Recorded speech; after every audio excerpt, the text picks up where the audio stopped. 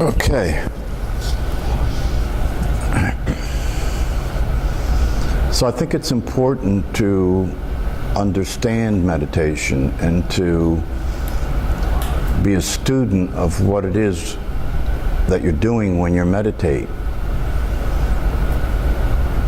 so that meditation can serve its purpose. Because meditation is not an end in itself. It's not an answer to the problems that we face as human beings. It's a practice. And one way to talk about meditation as a practice in a context of what it's capable of providing is to say that when you meditate, it's like learning how to ride a bike, and the meditation is the training wheels.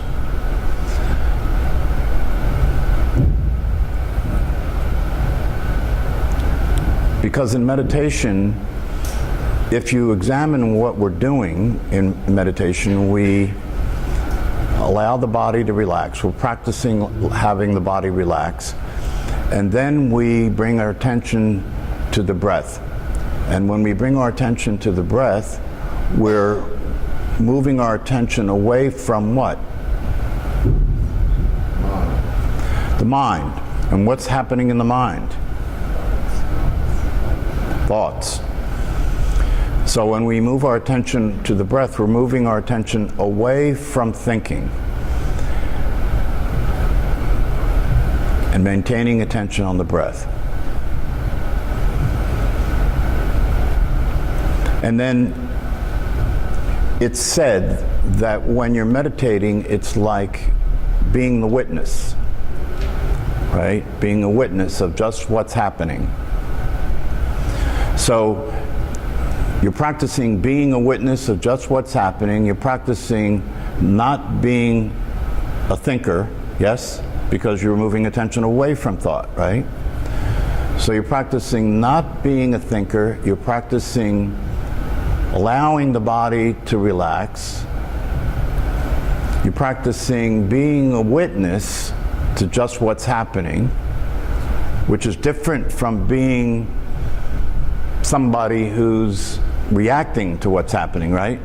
If you're just a witness to just what's happening, right? So can you see that this practice of being a witness and this practice of disengaging from thought starts to look like consciousness, starts to look like you're practicing being the awareness? Can you see that? Is it not true that the awareness is just witnessing? Is it not true that the awareness doesn't think thoughts, it just is aware? So can you see that when you practice meditation, you're practicing being like the awareness, being like consciousness itself? And that's what I mean when I say it's like training wheels. You see, you're practicing, you're using meditation to practice being, not doing. You're using meditation to practice what it's like to be awareness. That's what you're practicing. And the reason it changes the brain is because when you're practicing that, you're practicing allowing the brain to reorganize itself so that the brain is no longer being a reactive organ.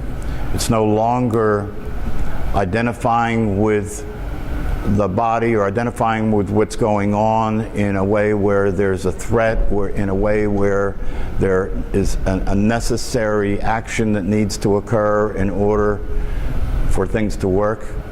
You're training the brain to stand down. You're training the brain to disengage with all of the programming that normally runs in the brain, right? That creates tension and creates reactivity and creates a lot of behaviors that are not skillful and useful. So this is a useful way to look at meditation in a more realistic sense, because then you don't expect things that are unrealistic from meditation. You don't expect it to be an answer. You don't have the idea that all I have to do is meditate and somewhere down the line everything's going to work out. That's not realistic. what meditation can do is it can allow you to practice what it's like to be awareness itself. It can allow you to disengage with the way you normally are being, which is to be identified with thoughts, to be identified with feelings, to be reactive, to identify with the body, to be in time, to identify with the past and the future, right? It's allowing you to disengage from that way of being, because when you're engaged with thinking, you're engaged with time. And when you're engaged with thinking, you're engaged with an identity that considers itself to be the thinker. But when you disengage from thinking and you're holding awareness on the breath, then what becomes apparent is that there must be something other than thinking. When you're not identified with thought, when your awareness, when your attention is on the breath rather than thought, how do you know who you are and how do you know what's happening? Because isn't it the case that normally the way you know who you are and the way you know what's happening is you think about it, right? So when you disengage attention from thought and you maintain attention on the breath, how do you know who you are and how do you know what's happening?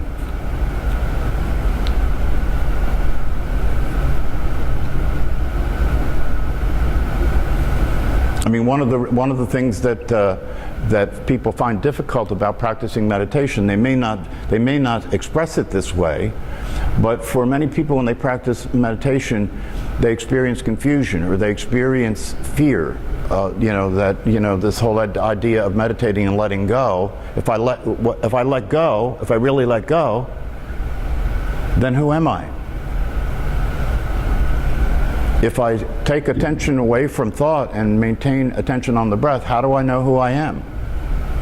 If I ask you who you are, you're going to think and tell me the answer, yes? So if you're not paying attention to thought and you're disengaged from thought and I ask you who you are, what's the answer? Now you can't go to thinking to answer. So what's the answer? You don't know, right? Because if you can't think to answer that question, you don't have an answer. Maybe that's as close as you're getting to the answer, is to not know. It's an interesting possibility. Maybe as close as you're getting to answering that question is to not know. Because in the normal course of events, if you ask somebody who they are, they just think and then they answer, right? But in meditation, we're disengaging from thinking, so that puts us into a different possibility. That puts us into a different experience. It puts us into a different way of being. And in that way of being, where you're not using thinking as a way of knowing what's going on, you're actually experiencing more of the experience of awareness itself. Do you see what I'm saying? Because awareness itself is without thought. It's pre-thought. It's before thought. So you're actually practicing. Now, if without thinking you're still here, which you are, right? Because if you direct your attention to your breath and you're not thinking and you're still here, right? It means that you don't have to think about being here to be here, right? You don't have to think about being here to be here. Which then means that awareness or consciousness itself is always here, even when you're thinking, even when you're identified with thought, even when you're considering yourself to be the thinker, right? That awareness is still here during all that. But because you're engaged with all those things, you don't see it.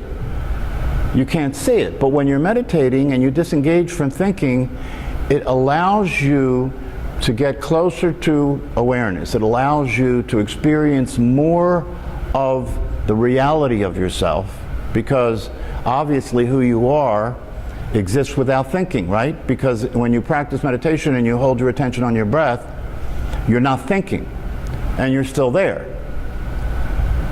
So now you become more related to awareness. Now, consider this. Suppose, I'm using an analogy or a metaphor here. Suppose you're a lion, but you think you're a lamb.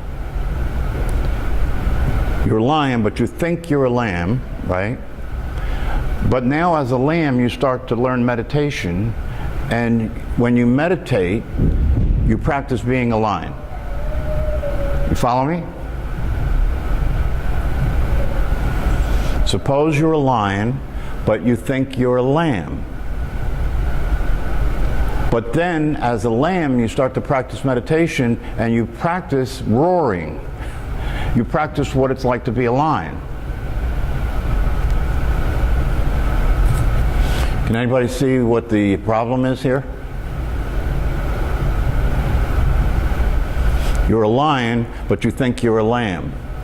And you practice meditation, and when you practice meditation, you start to experience what it's like to be a lion, but you still think you're a lamb, but you're practicing meditation and you start to feel like a lion. You start to experience yourself more like a lion. Do you see the relationship to meditation?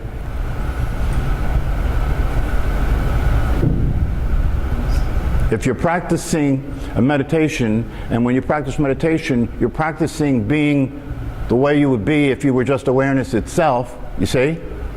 Like the lion. If you're practicing meditation and you're practicing what it would be like to be awareness itself, like the lion, right? But you still think you're a lamb, so you're practicing being a lion so you can be more lion-like, but still not a lion. You see the relationship? Maybe you come to enlighten you. What's that? Maybe you come to enlighten. Well, what would that mean? If you're the lamb and you become enlightened, what would that mean? That you've been acting out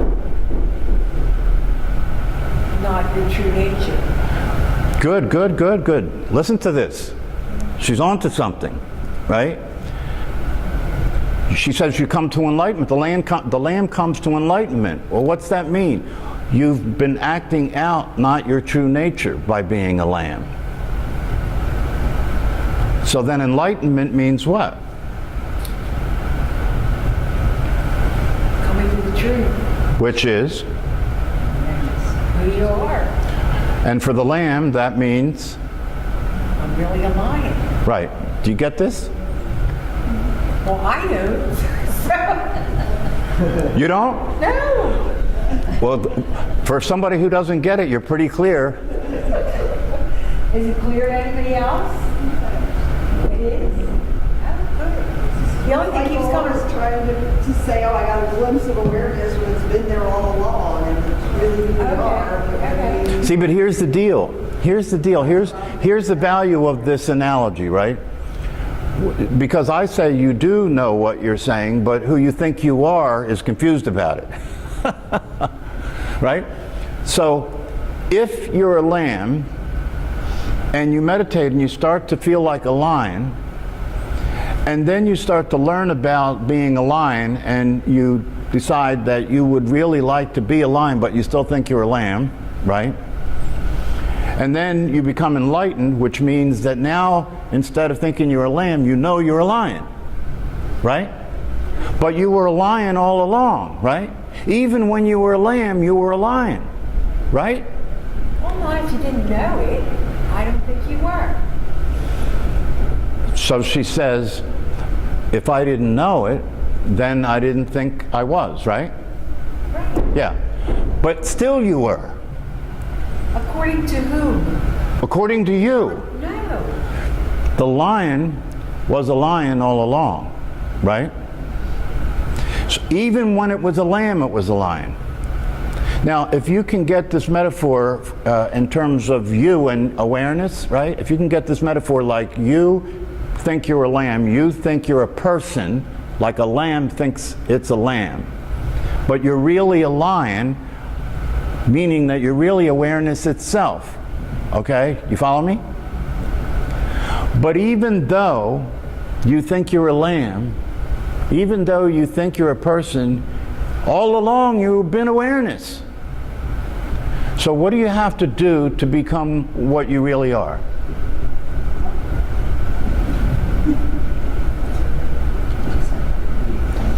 Nothing, right? In fact, if you try and become what you really are when you already are that, you're putting training wheels on when you know how to ride the bike. See, I want this to be an opportunity for you to have a breakthrough. I want this to be an opportunity for you to see that right now. See, the mind has it that you have to change, doesn't it? Yes. The mind has this figured out that I have to change because I am really the lamb and I have to change into the lion.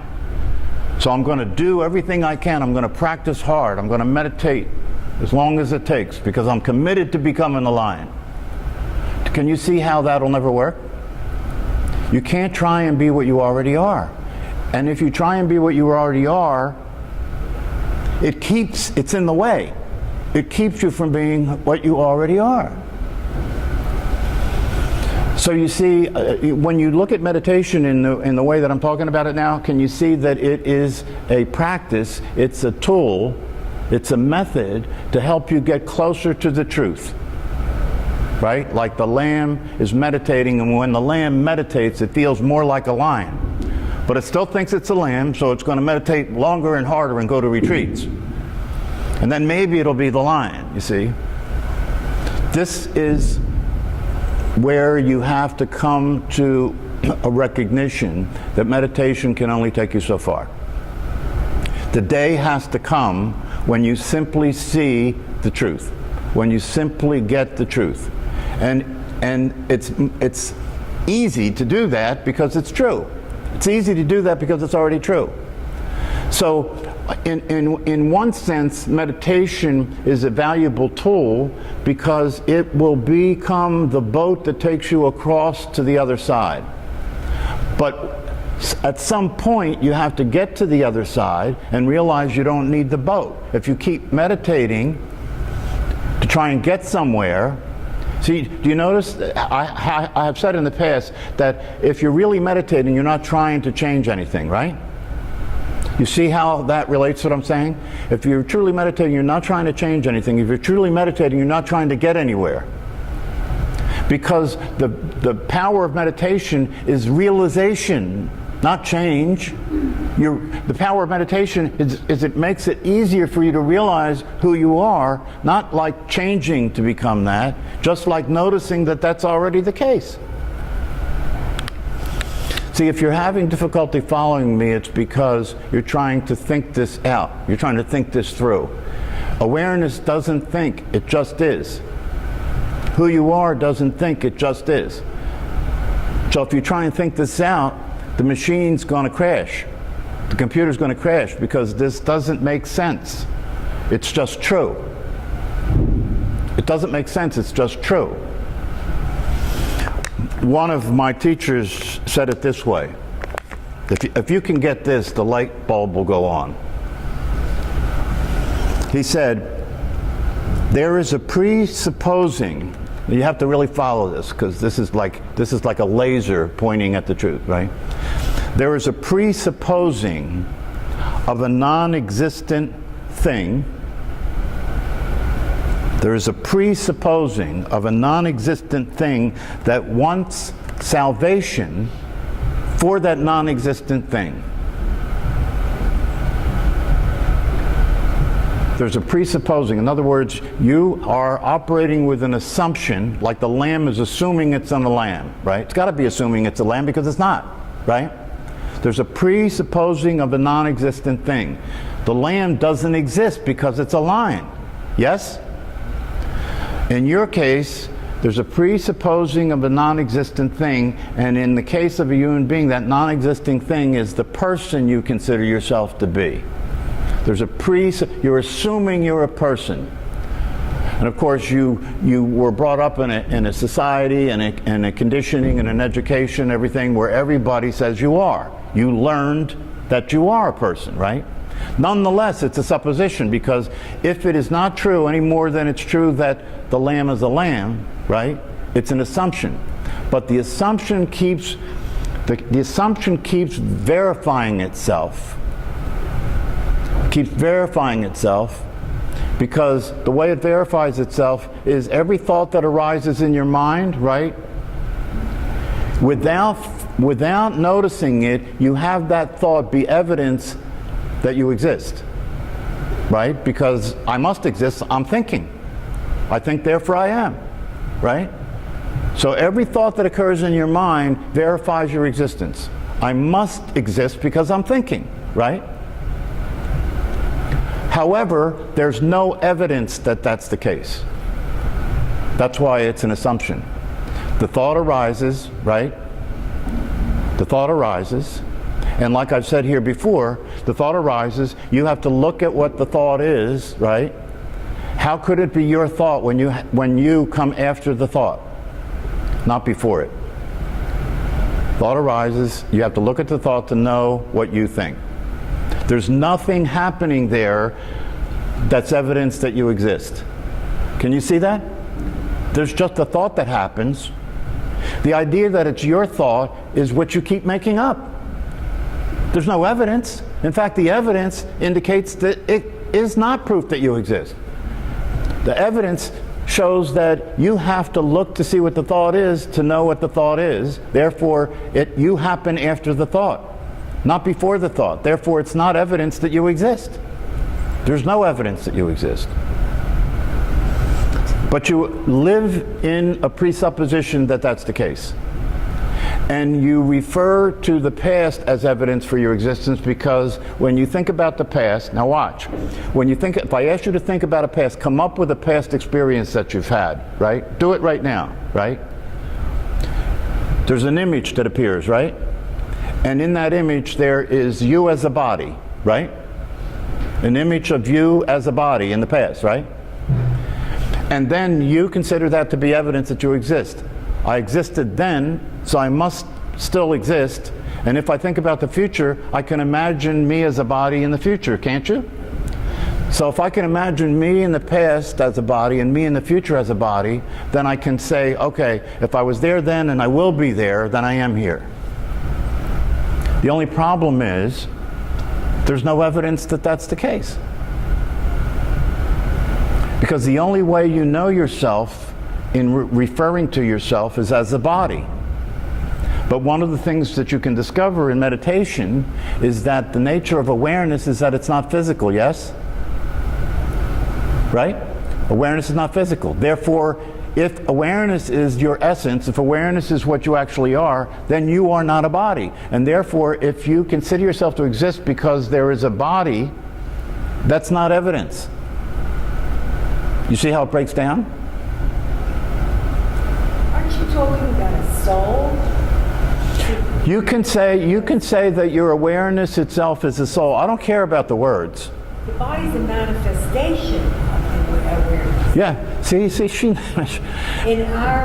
she'll say these things and then claim she doesn't know. That's right. Everything is a manifestation of awareness, right? In fact, everything is awareness. Everything is awareness. The evidence for that is very obvious, but you can't believe it, right? Because if you close your eyes, everything disappears, but you think it's still there. So it doesn't prove anything about awareness is all there is.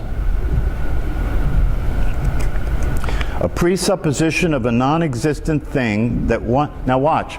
So who you think you are that doesn't really exist, right? This is big. This is for you, because you have indicated yourself to be in this position, right? Who I think I am that really isn't who I am wants me to be free from me. Who I think I am that really isn't who I am wants salvation for the me that doesn't exist. You got to get this. This is the joke. Who I am that really doesn't exist, right? There's a presupposition of a non-existent thing that wants salvation for that non-existent thing. Can you see how this is insane? It's like the lamb saying that I want to not be a lamb anymore. I want salvation from being a lamb. But if you were never a lamb, you don't need any salvation. You see what I'm saying? If you don't exist, all you have to do is see that that's the case. That's it. It's over. In fact, It makes sense when you say it.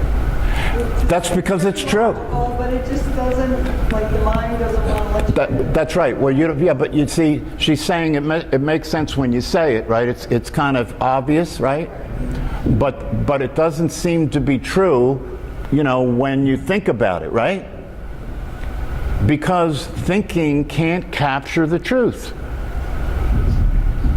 But you're also talking about perception. I had a teacher once that her philosophy was perception is everything. And boy, did that stir me up. But there's people walking around, what they perceive, like the lamb. Right, she's saying that she had a teacher once, she said there's perception, and she had a teacher once that said perception is everything, and that really shook her up. But is it? In reality, in the world we live in, I'm going to say yes. Yeah, well, in the world we live in, but the world we live in is an appearance. The world we live in is, you know, if you wake up to the truth, you realize that the world you live in is a world that everybody agrees exists. Without that, it wouldn't be here. It'd be something else. So perception is one thing, but to come to know that which is seeing, which is the perceiver, that's another thing.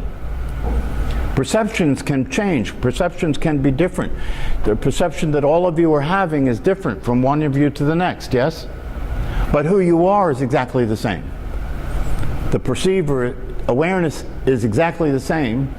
The person who is perceiving that perception is conditioned by your past experience, right? So you're seeing everything differently than somebody else. But perception isn't everything. Awareness is everything. So I'm suggesting these things because rather than, as I have been saying in this class, rather than we just practice meditation to relax the body and practice meditation to be less stressed, you know, that's like using a supercomputer to do elementary school math. Do you understand what I'm saying? Why do that? Using a supercomputer to do elementary school math, when the capacity of the computer, right, is to solve the ultimate question of who am I? Do you know Emily Dickinson's little poem? No. Who am I? I'm nobody. Who are you? Are you nobody too? Uh-huh. Then there's a pair of us. How, what's the rest? Anybody know the rest of it? How boring, something. To be a blog or something. To tell your name and live all day to an admiring blog. Well, why don't you get that and bring it to class? I'd like to hear that poem. Well, that's it. It's really short. Now, I'm nobody. Who are you? Yeah. Nobody to then there's pyramids. Don't tell how public to be somebody, how public like a frog, to tell your name the livelong day to an admiring bog. Admiring what? Bog. Bog. Yeah, so if you listen to that poem, basically what the poem is saying, I'm nobody. Who are you? Are you nobody too? Are you nobody too? Then there's a pair of us. How dreary to be somebody, something like a frog. To tell your name the livelong day to an admiring bog. Right. So you see, the poem starts out with the recognition of the truth, right? I am nobody. Right? Who are you? Who are you, right? So it starts out with a recognition of the truth, and then it says how dreary it is, basically what it's saying. Like a frog. Yeah, how dreary it is to play this game of being somebody with other people and seek admiration and all that. Your name. To tell your name. Day. To live, yeah, tell your name the live long day. To an admiring boss. Right. That's great. So she got it. Yeah, it's not hard to get. It's not hard to get. How can you have? How hard can it be to get what's already the case? I mean, you got to. How few people are really getting it, if it's so easy. Well, that's only because it's not very fashionable, right? Because people want to be able to pay for it and have it, right? People want to be able to buy it on the internet and have it, right? They want to get it on Amazon, right? You can't get this.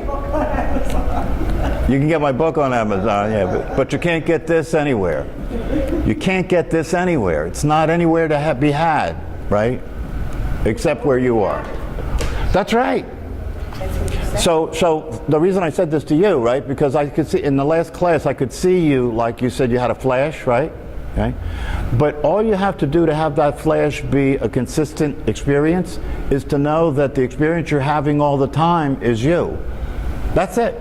The experience you're having all the time is you. All you have to do is know that that's the case. But what if you keep rejecting you? Then you feel rejected. Who you are doesn't reject anything, right? Awareness never rejects anything. It's like the sky. The sky doesn't reject the clouds. And if thoughts occur that distract you from the truth of yourself, right? If you know the truth of yourself, then you see that the thoughts are simply attempting to distract you from that truth because the thoughts are trying to have you continue to exist as a person. Because that's what the programming is. So you don't have to pay attention to that. That's what you're practicing with meditation, is to be aware of your attention so it doesn't get taken so easily, right? So the way you relate to your thoughts is you're aware of your thoughts, but you don't identify with them. You're aware of your thoughts, but you don't consider them to be true. You pay attention to your thoughts, but you're very selective. You pick the ones that fit the truth. So I heard a teacher talk about this, and somebody asked him the question, well, how do you know which thoughts to pick that are the truth? And he said, if you go to a playground and there's a bunch of kids playing, right, and your kids are among those kids, who are you paying attention to? Your kid. Your kids, right? Same thing is true with thoughts. You pay attention to the thoughts that you think, right, that you think are a reflection of you, that give you existence. But if you wanted to pay attention to the truth, if you want to pay attention to things the way they really are, then you are being skillful in paying attention to thoughts, and the ones that you think are your thoughts are probably ones you should be careful about. So, I hope this has been useful to some extent in terms of, these days I keep wanting to say when we meet, have I said too much? Have I said too much? Should I back off of this conversation and just stay with the basic meditation? I don't want to crash your computer. We're hoping one of these days it'll sink in and the light will go off. Yeah, but you see, the only one that could hope that is the one that thinks they're a lamb. The only one that could hope that is the one who thinks that they're not who they are. They're hoping someday that they'll realize who they are. But that's never going to happen. See, that's what you have to understand. That's never going to happen. You can never realize who you are if who you are is already who you are. That will never happen. All you have to do is stop. There was one teacher in India. People came to this teacher to try and get his help to wake up, right? And they would get up in front of him and start running their story, you know, and talking about how confused they are and could you help me and all this. And he would, for a lot of these people, he would simply yell at them, "Stop!" And in many cases, when he did that, they saw it. All you have to do is stop. All you have to do is stop relating to thinking like it's going to take you somewhere. It's never going to take you anywhere. All you have to do is stop relating to meditation like it's going to take you somewhere. It's not going to take you anywhere. It can't take you anywhere. There's nowhere to go. There is nowhere to go. It's like trying to break a bad habit, like a cigarette smoker. Yeah. Stop smoking, you know, it's like stop thinking. That's right. But you see, it's interesting that when to break the habit of smoking cigarettes, what do you have to do? Quit. Which means you don't smoke, right? To break the habit of thinking that you're somebody you're not, what do you have to do? Stop thinking. Stop thinking that. You still may have thoughts, but you don't have to consider those thoughts to be evidence of anything because they are not evidence of anything. Thoughts cannot be evidence for your existence because there's nothing there other than your belief in your existence because the thoughts are there. There's no evidence of your existence. And you know, and the mind will hear this as a dangerous proposition, right? The mind will hear this like, wait, what are you saying? I don't exist? Right? No, I'm saying you do exist. You're the one that says you don't exist because if you're being something you're not, then you don't exist. You understand? You're the one that's saying you don't exist. I'm saying you do exist. Do you see what I'm saying?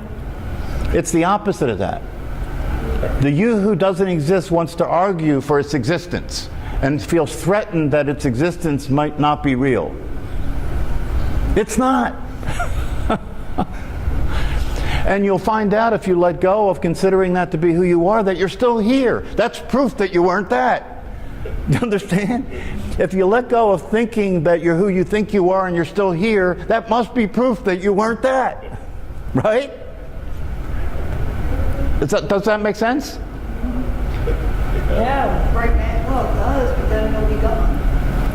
Who says? Who says? See? See, so you say you can see that, but I can see that, but then it'll be gone. Who said that?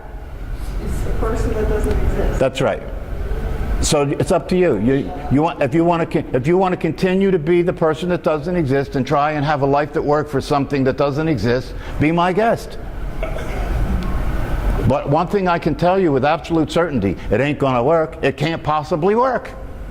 It hasn't worked up until now. That's why you're here. So why do you want to keep doing the same thing? That's insane. Go away. It's like an uninvited guest.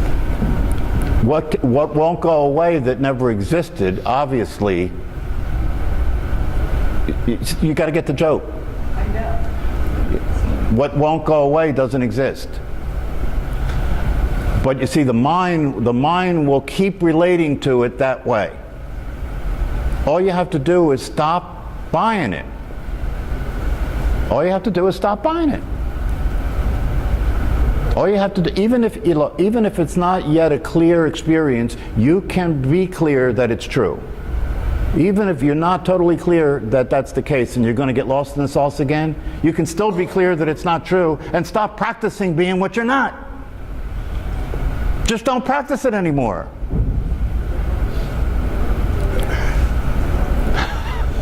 I don't know.